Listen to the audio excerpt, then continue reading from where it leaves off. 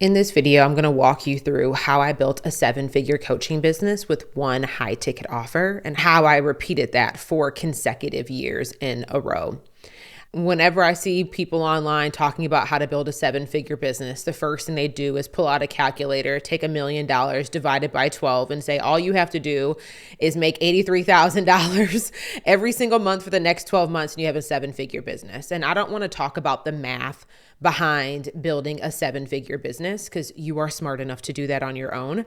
I want to talk about the mechanics because the mechanics is really what allows you to actually build the infrastructure for a 7-figure business, not just you sitting here playing with your TI-89, running all the variations of what the numbers can look like. So I want to walk through the 3 mechanics that had allowed me to build a 7-figure business and how to have 7-figure years back to back to back, focusing on one core high ticket offer. So the first mechanic is all about having a core nucleus offer. I think this is something that it took me a few years in the early stages of business to really give myself permission to focus on, because when you, I think, are in this digital marketing space, you know, you hear the main thing that you hear told is that, okay, if you want to have a 7-figure business, you need to have multiple streams of income. And what I know to be true, how I got to my very first million, and when I look at peers of mine who also are millionaires, when I think about the vast majority of people that I personally know and what my personal experience was making my first $1 million as an online coach, it was not about having a million different offers. There was one core offer. There was one marketing platform. There was one specific ideal qualified client for that offer. And you focused on that for 1 year. And there was just a level of radical focus. And that's what allowed me to make my first million, not having multiple offers.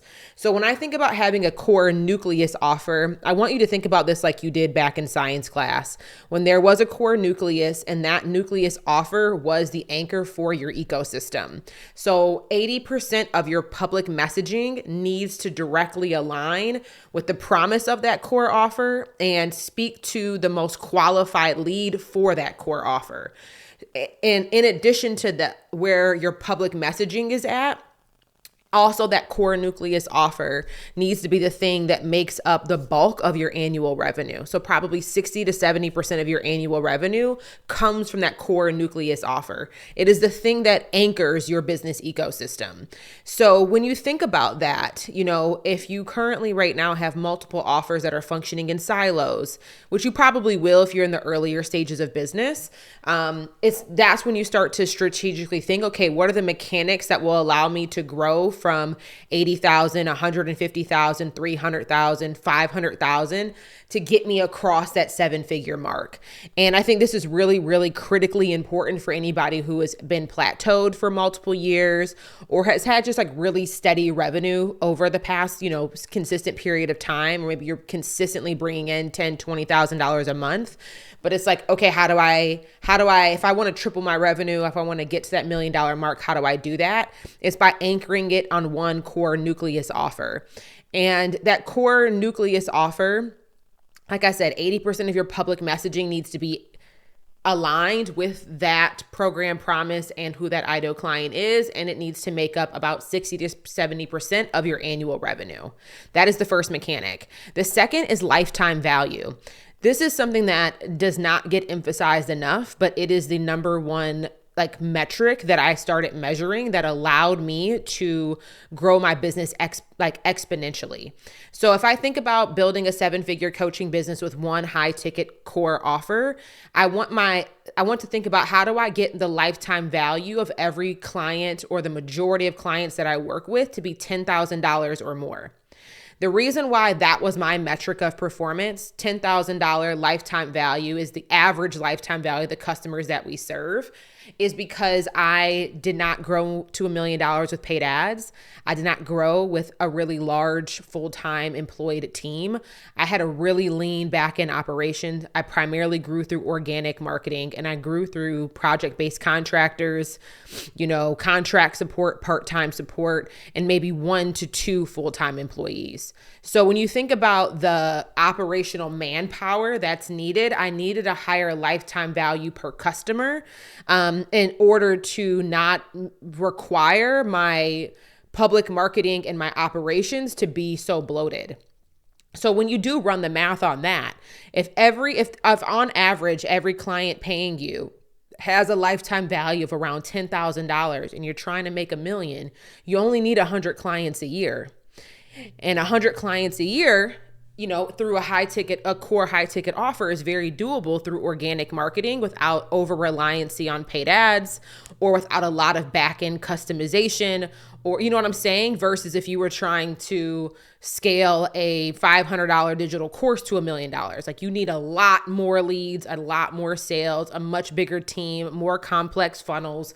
Like there's just more at play.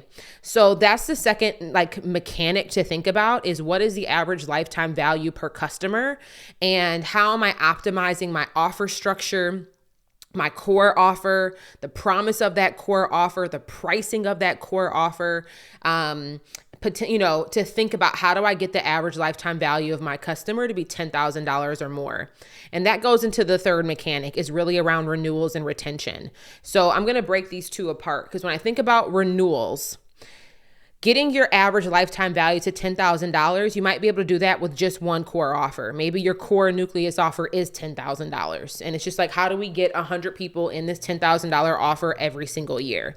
You might have a core nucleus offer that's maybe $6,000 and you have a succession offer, which is like a graduation program, or you allow clients to re-enroll into that main program. And that's, maybe $6,000 and then it's $4,000 for renewal. That's what gets you to that average $10,000 lifetime value dollar point, whatever it is. But you want to think about renewals in the sense, this is another metric you should be measuring, is what percentage of your current client base is willing to renew and work with you again. They're willing to hire you again, book you a second time, join your program a second time, upgrade into your succession offer. And I say the metric I like to measure there is around 30 to 40% of my current clients, like that's a baseline, are renewing to work with me a second or third or fourth time, at least one time over, because that helps with that that helps build up that average lifetime value, but it also helps you not have to be constantly on the hunt for new leads. Because you're, if you're getting 100 clients every single year and 30 of them are staying with you year over year, you know what I'm saying? You only need to get 70 new leads because your renewals are so high, and that will help, and that's pure profit. That helps you grow your top line revenue and helps you grow with a much larger profit margin. The second piece of that is retention. Now, the difference between retention and renewals is that when a client comes into your program, what is the percentage of successful payments that you are receiving, especially if you do have custom payment plans?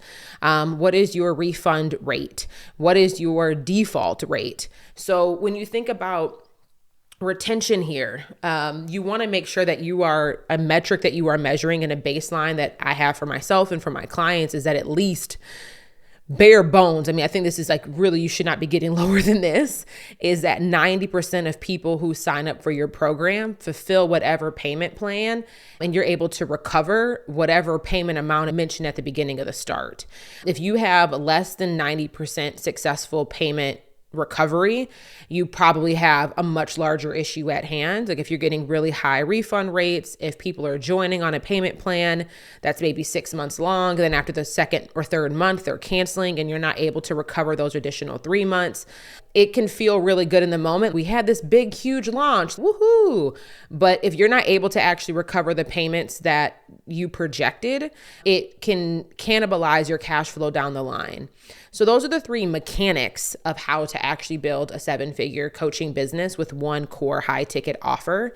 Those are the metrics I cared most about. Those are my major KPIs in my business. That is how we made operational decisions, was around those key metrics. And that is what allowed me to have a multiple 7-figure business multiple years in a row. If you have questions or whatever, comments, feedback, thoughts, feel free to leave it in the comment section below and I'll do my best to help and respond. And yeah, I will see you guys in the next video. Bye, y'all.